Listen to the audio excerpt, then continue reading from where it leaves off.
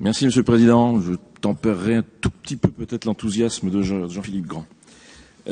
Comme souvent dans la rédaction de vos rapports, la première lecture, elle laisse entendre par des termes d'un enthousiasme décomplexé que votre action déborde d'efficacité et de solutions. Le problème avec vous, c'est que tout est prétendu être priorité numéro 1, tout le temps. À chaque sujet qu'on aborde, c'est toujours la priorité numéro 1, mais le résultat ne suit pas toujours. La réalité effective en matière de transition énergétique, il faut avouer quand même qu'elle n'est pas tout à fait à la hauteur, mais ce n'est pas propre à la région Centre-Val de Loire, des termes de la loi de la transition énergétique de 2015 et par exemple l'échec relatif, c'est vrai, mais du dispositif Isolaris, c'est là pour en attester. La réalité est plus compliquée parfois que ce que vous mettez dans les rapports et dans les discours. Premièrement, il est quand même assez surréaliste que vous osiez employer en exergue de votre rapport l'expression « la région souhaite aller encore plus loin pour accélérer sa transition énergétique », c'est votre terme, alors que tout un chacun peut constater d'emblée dans l'architecture du BP 2018 que le budget de la transition énergétique passe pour la région Centre-Val de Loire de 3 742 en 2017 à 2 465 l'année prochaine, soit une baisse de 34%. J'y peux rien, c'est dans le budget. Les chiffres parlent d'eux-mêmes, il pourrait même se passer de commentaires. À un tel niveau de coût budgétaire, comment prétendre, noir sur blanc, que vous augmenteriez les moyens? Deuxièmement, concernant la rénovation énergétique de l'habitat, vous faites vous-même le constat dans ce rapport que l'écueil principal auquel vous vous heurtez depuis 2 ans, je parle pour l'habitat particulier, n'est ni l'absence de prise de conscience collective, ni l'absence de volonté de faire, mais le manque réel de possibilités d'investissement et de financement pour les propriétaires particuliers, pour les ménages. Pour les communes, c'est différent. Je parle ici pour les ménages.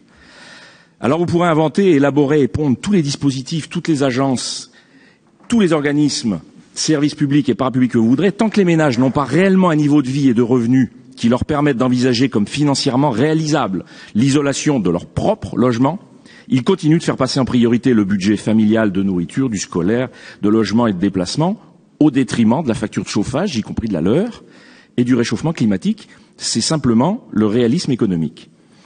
À l'énoncé des solutions que vous envisagez dans votre rapport, au travers de la création de ce service public régional de l'énergie, la volonté est louable, j'en conviens tout à fait, mais il semble qu'il vous soit impossible d'envisager une dynamique citoyenne en dehors des carcans administratifs, techniques et financiers. Et là, je rejoins les propos de M. Montillot, danger, usine à gaz.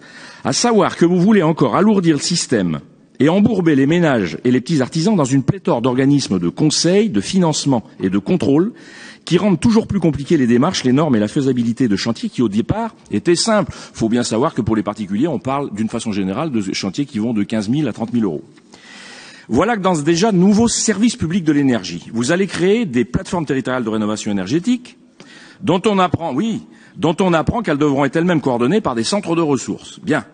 Ensuite, vous allez créer des sociétés de tiers-financement, on sait ce que c'est, qui ne se substituent pas aux banques, qui n'ont pas l'argent, ils n'ont pas la truc à faire le pognon comme par magie, mais qui seront un maillon supplémentaire entre le particulier et la BEI, auprès desquels ils vont se financer, et ce maillon se financera en plus, d'ailleurs vous l'expliquez dans votre rapport, sur le dos de l'emprunteur. Donc je ne vois pas en quoi ça va lui apporter quelque chose. Et pour bien alourdir le tout, vous allez réunir tout ça au sein d'une nouvelle société d'économie mixte qui aura pour mission essentielle d'accompagner les difficultés que vous aurez vous-même créées, comme celle, par exemple, de soumettre obligatoirement, par exemple, par le biais des fameux STF, les financements à l'agrément obligatoire de l'autorité de contrôle prudentiel et de régulation. Franchement, il n'y a pas besoin d'elle pour isoler son grenier. Votre nouveau service public, structurellement, ne règle pas les problèmes sur le fond, les problèmes que vous identifiez vous-même dans votre rapport. C'est effectivement une usine à gaz de plus au travers des projets de nos concitoyens et de l'activité de nos artisans que vous placez dans leurs pattes. Alors que ce que demandent ces derniers, c'est une simplification. Ils le demandent à corps et à cri. Il vous suffirait de laisser chez eux votre flopée d'inventeurs, de contrôleurs publics et de rebasculer ce qu'il coûte aux contribuables dans la poche de ce dernier et de lâcher la bride aux artisans qui, contrairement à ce que vous dites dans votre rapport, savent parfaitement isoler le maison et ne nous ont pas attendus pour savoir travailler. D'ailleurs, je citerai au passage que le terme « monter en compétence » que vous employez dans votre rapport, à mon avis, est assez inapproprié, parce que le problème de l'artisanat, bon, celui qui est mauvais, personne ne le prend, et son problème est vite réglé. Globalement, les artisans, ils savent très très bien travailler. Le problème, c'est qu'ils sont sans arrêt en train de courir après les normes, et après la mise à niveau par rapport à des normes que des organismes comme les nôtres pondent. Donc il faut faire, c'est pas une montée en compétence, ça. Pour terminer, je serais tenté, même si c'est sur le ton de la plaisanterie, je vous assure que je le crois, de vous donner une petite recette pour les fêtes de fin d'année. Prenez un ménage français avec de l'argent sur ses comptes, un artisan qui n'est pas écrasé sous les charges fiscales et les normes, mélangez bien, laissez mijoter, foutez-leur la paix, et vous aurez la recette du bonheur et de l'efficacité. Je vous remercie.